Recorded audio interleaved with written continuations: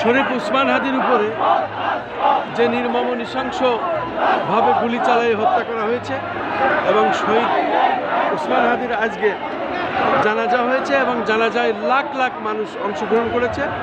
আমরা সেখানে গিয়েছিলাম এবং জানাজা শেষে তার কবর দেওয়া হলো কবি কাজী নজরুল ইসলামের কবরস্থানের পাশে, অর্থাৎ জাতীয় কবি কাজী নজরুল ইসলামের পাশে। এখন শাহবাগে আমরা দেখতে পাচ্ছি লাখ লাখ জনতা এইভাবে মুহুর্মুখ স্লোগান দিচ্ছে। আজকে আপনার এই জানাজার পরে এবং আজকের এই অবস্থার পরে এবং হাদির কবরের পরে আপনার মন মানসিকতা কী এবং কি আপনি মনে করেন এবং এই দুষ্কৃতিকারীদের কি চান আপনি? আপনার নাম পরিচয় দিয়ে বলুন। মোহাম্মদ জিয়াউল হক ভূঁইয়া। আমরা ফেনী এক বেগম খালেদা জিয়ার এরিয়ার ডেলিগেটর। আমাদের ফেনীর মেয়ে খালেদা গর্ব আলাদা। সেই মর্মে আমার নেত্রী ব্যাপারে শহীদ শরীফ উসমান হাদি রহমতুল্লাহ আলাইহি আমার নেত্রীর ব্যাপারে সে জীবদ্দশায় বলে গেছিল যে এই নেত্রীকে কি হৃদয় দিয়ে আল্লাহ সৃষ্টি করেছে, যে একটা ছেলে মৃত্যুবরণ করেছে, কুকু সাহেব রহমতুল্লাহ আলাইহি, আর একটা ছেলে পিড়া খাইয়া পিজি হাসপাতালে স্পাইনাল কর্ড ভেঙে দিয়েছে। মায়ের কোলে মা দেখতে আসার পরে মায়ের কোলে মাথা দিতে পারতেছে না। এই মর্মে তাকে বলা হয়েছিল এই দেশ ছাড়ি ছেলে পেলে নিয়ে চলে যাওয়ার জন্য। উনি বলছে যে এই দেশ আমার ঠিকানা, এই দেশ আমার জীবন, এই দেশ আমার মরণ, এই দেশ ছাড়া আমার কোথাও নাই। সেই এরিয়ার একজন মেম্বার হিসাবে, বাংলাদেশের সুনাগরিক হিসাবে, জাতীয়তাবাদী কর্মী হিসাবে আমি সেই আদর্শ, সেই ঝঞ্ঝার, সেই বিকাশ, সেই ইনসাফ, সেই শহীদ উসমান হাদির কাছে দেখেছি। সেই বলেছে শির মমশির, সেই উন্নত মমশির। আমরা এই নেত্রীর বাইরে যাব না, আমরা এই খালেদা জিয়াকে কোনো সময় গণতন্ত্রের বিকল্প চেষ্টা করব না। সেই মহরুম জিয়াউর রহমান বহুদলীয় গণতন্ত্রের মাধ্যমে সবাইকে রাজনীতি করার জন্য অধিকার দেওয়া হয়েছিল, কিন্তু সেই 101 দিনের মাথায় শেষ চট্টগ্রাম সার্কিট হাউসে তাকে রাশ ফায়ার করা হয়েছিল। সেই বলছে তাতে আমার কোনো অসুবিধা নাই, আমার এক হাদি যাওয়ার পরে লক্ষ হাদি যাতে এই ইনসাফ, এই বিকাশ, এই মেধা, এই শক্তিকে লালন করে বাংলাদেশে গণতন্ত্র প্রতিষ্ঠা করা, মানুষের ইনসাফ প্রতিষ্ঠা করা, রাষ্ট্র কাঠামো উন্নত করার ব্যাপারে সেই বলে গেছে।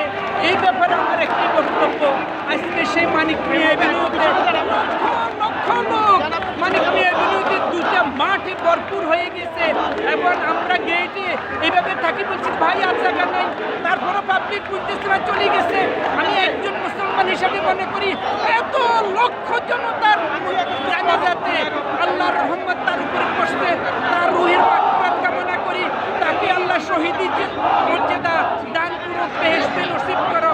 সেই একটা জিনিস দেখাই, একটা স্লোগান মানুষের ভিতরে আসতে, এক হাদি রূপান্তরে লক্ষ হাদি ঘরে ঘরে, এক হাদি রূপান্তরে লক্ষ হাদি রাজপথে, এই স্লোগানে আজকে এই শাহবাগ চত্বরে শহীদ উসমান হাদি সংগঠন করার সাথে এবং মানুষ আজকে মিছিলে মিছিলে মুখর হইতেছে। আমি পেনিয়া একাশনের জাতীয়বাদী কর্মী হিসেবে আজকে আমার মনে আরো স্পিড আসছে যে অর্থ হাইরে অর্থ, হাইরে পদ্ধতি অর্থ, সকল অনন্তের গুণ, সেই জিনিস উসমান হাদি দেখা দিয়েছে। অর্থের কাছে সে বিক্রি হয় নাই, সেই কোনো ক্ষমতাশীলের উপর বিক্রি হয় নাই। সেই বলে গেছে আমি মরে যাব, কিন্তু আমার সন্তানটাকে আমি রেখে গেলাম। সেই উসমান হাদিকে আজকে সর্বোচ্চ মর্যাদার বিদ্রোহী বাংলাদেশের বিখ্যাত কবি নজরুল ইসলামের পাশে সমাধিত করেছে। এই মর্যাদায় আমরা বাংলার জনগণ তার জন্য দোয়া করব এবং তার অতীতের সংগ্রাম, ত্যাগ, তিতিক্ষা, ঝঞ্ঝার আমাদের মনে যাতে লাড়া দে। বলবীর মমশির, সুই উন্নত মমশির। আল্লাহ হাফেজ। শুধু দর্শক, আজকে আমরা সকাল থেকে শুরু করেছি, আমরা শহীদ উসমান হাদির জানাজায় অংশগ্রহণ করেছি। বিশেষ করে মানিক মিয়া এভিনিউ থেকে শুরু করে আমরা এখন শাহবাগ চত্বর এবং তার আগে কবর দেওয়া হয়েছে জাতীয় কবি কাজী নজরুল ইসলামের সমাধিস্থলের পাশে। এবং আমরা আজকে একটি বিষয় বারবার মানুষের কাছে আমরা প্রশ্ন করেছি, সাক্ষাৎ গ্রহণ করেছি, তার মধ্যে ইনিও একজন। আমরা শুনেছি, আমরা জেনেছি পৃথিবীর ইতিহাসে এটি একটি সবথেকে বড় একটি জানাজা, যা আসলে না দেখলে বোঝা যাবে না। লক্ষ লক্ষ মানুষ এই হাদির জানাজায় অংশগ্রহণ করেছেন। এক পর্যায়ে যখন মানুষ আর জায়গা পায়নি, ফার্মগেট এবং ফার্মগেটের আশপাশে এবং বিশেষ করে জাতীয় সংসদের চারিপাশে যেসব রাস্তা, সব রাস্তা অবরোধ করে লাখ লাখ জনগণ আজকে হাদির জানাজায় অংশগ্রহণ করেছেন, যা পৃথিবীর ইতিহাসে একটি বিরল দৃষ্টান্ত, যা দেখলে বোঝা যাবে না।